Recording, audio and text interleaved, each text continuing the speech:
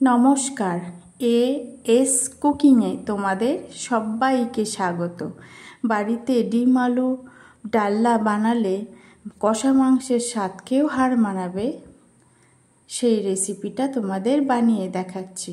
তার জন্য কটা ডিম সিদ্ধ করে নিয়েছি আর কটা আলু হাফ সিদ্ধ করে রেখেছি। কড়াইতে পরিমাণ মতো সর্ষের তেল দিলাম, দিয়ে লবণ আর হলুদ দিলাম তেলে, দিয়ে ডিমগুলো অল্প চিড়ে লালচে করে ভেজে তুলে নিলাম।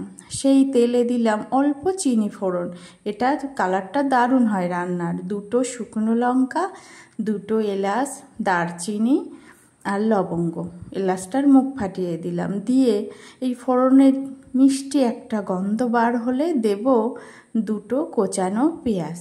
পেঁয়াজটাকে তেলের সঙ্গে বেশ লালচে করে ভেজে নেব।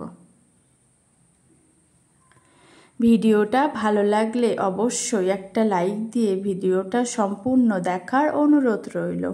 আর ভালো লাগলে কমেন্টে জানিও যে রান্নাটা কেমন হলো। আর সাবস্ক্রাইব করে পাশে থাকার অনুরোধ রইল নতুন বন্ধুদের। পেঁয়াজটা লালচে হয়ে গেছে, 2 চা চামচ আদা আর রসুন কুড়ে দেব। এটা দিয়ে তারপরে দেব 4টে কাঁচা লঙ্কা থেতো করে আর টমেটো কুচি দিয়ে অল্প জল দিয়ে এটাকে সুন্দর করে কষিয়ে নেব যতক্ষণ না আদা রসুনের কাঁচা গন্ধটা ছেড়ে যায়। এই জল দিয়ে কষালে মানে তলা ধরে যায় না, প্লাস টমেটোগুলো সবগুলো সুন্দরভাবে সিদ্ধ হয়ে যায়। এবার 1 চামচ দিলাম টমেটো সস, এটা দিয়ে সুন্দর করে কষিয়ে নেব অল্প অল্প জল দিয়ে।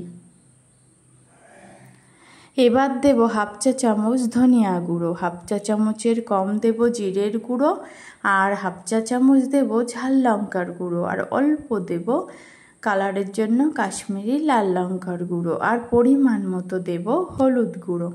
এগুলোকে সুন্দর করে মিশিয়ে নেব।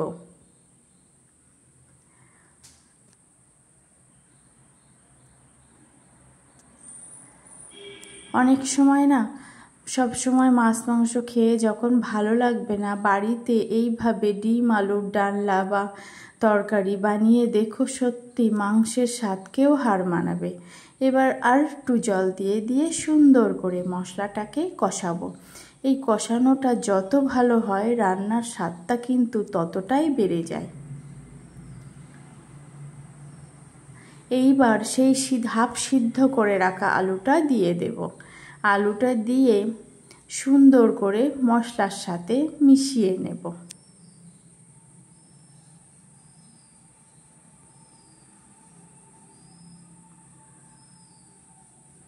মিশিয়ে নেব অল্প অল্প জল দিয়ে। এইভাবে কষালে আলুটার ভিতরে সব মশলা ঢুকে যায়, আলুটা বালি বালি খেতে খুব সুন্দর হয়। এবার ডিম ভেজে রাখা ডিমগুলো দিয়ে দেব। ডিম আর আলুর সাথে আরও একটু কষিয়ে নেব লো টু মিডিয়াম আঁচে।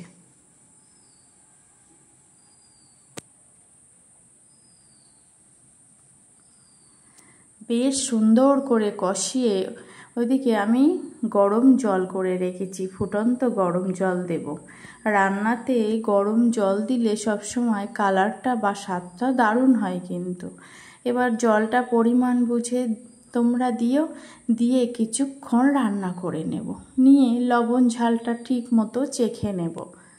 একটু লবণ দিয়েছি আমি স্বাদ বুঝে।